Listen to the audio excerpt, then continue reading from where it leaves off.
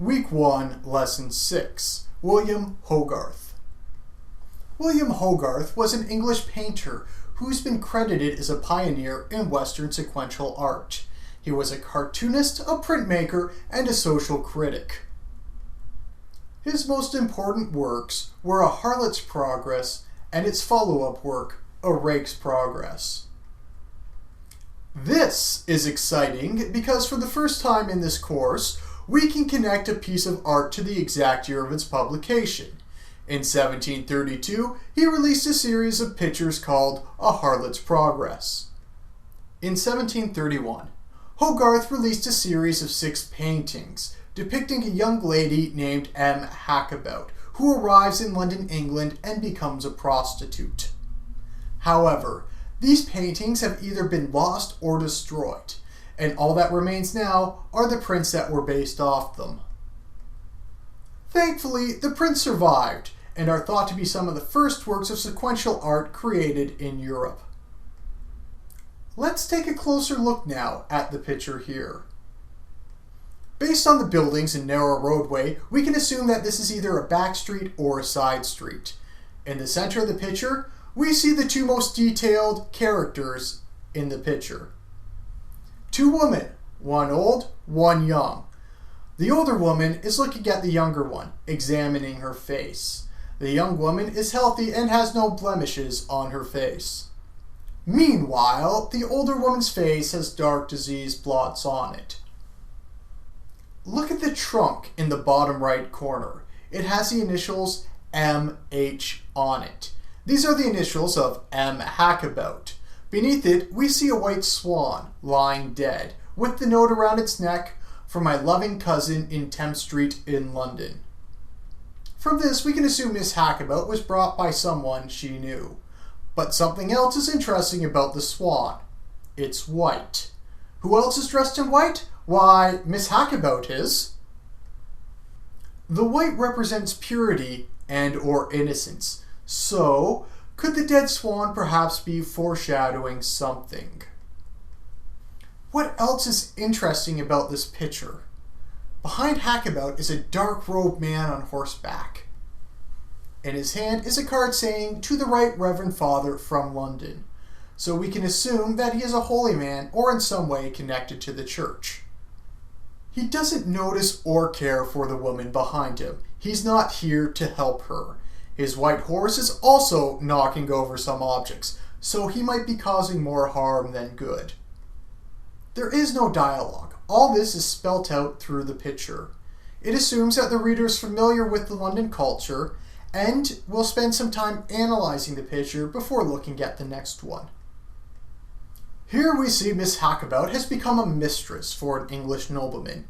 She is noticeably showing her nipple to the excited Englishman, whose surprise has caused him to knock over the table. This shows that the Englishman's involvement with her is literally destroying his home. She is a negative influence. She is literally a homewrecker. Her fingers are rubbing together, showing that she's asking for money to continue undressing. In the bottom right, we see that the servant, either from India or Africa, is surprised by her actions. Keep in mind European attitudes at this time. If a person from a savage country is surprised by her behavior, how raunchy must she be behaving? Do yourself a favor. Pause this video and look at the picture here. See what other things you can pick out. This is a third drawing of A Harlot's Progress. We immediately notice that the surroundings are much more primitive than the last picture. Miss Hackabout has lost her standing as a mistress and has devolved into a common prostitute. To the left of her is a pointed black hat and bristles from a broom, items usually associated with witches. At her feet is a cat, an animal also associated with witches. The imagery is meant to symbolize that as a prostitute she has wandered away from the path of Christianity. The men walking into the room behind her are a magistrate and his 3 armed bailiffs. This leads us to the 4th picture of the story. Our protagonist is in the city prison, forced to beat an object with the stand there. If we look at the picture carefully, there's a picture at the back of the room. We see that it is a stick figure of a hanged man. This clues the viewer into what's going on. Miss Hackabout is beating the hemp to create a hangman's noose. Syphilis spots are starting to appear on her face. In the bottom right corner, two servants are taking clothes that are too small for them. They're probably Miss Hackabout's old clothes. The penultimate picture here, we have Miss Hackabout dying, most likely from syphilis. Two doctors are arguing on what the best treatment to cure her is. The child, probably Miss Hackabout's son, is picking lice or fleas from his hair. Meanwhile, in the bottom left corner, we can see a woman going through Miss Hackabout's clothing, probably because she expects her to die. We see that the witch's hat is already taken out. Finally, we have the wake. Miss M. Hackabout's coffin is surrounded by women who seem to be scavenging her stuff. Her coffin says she died at the age of 23. Her son plays ignorantly, not understanding the situation, and she has left the world unmourned.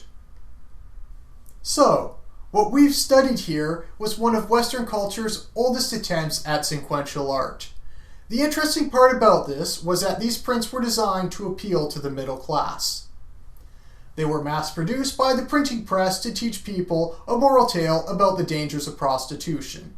The art was meant to be experienced by a variety of people, not just the rich. A Rake's Progress was his more popular follow-up.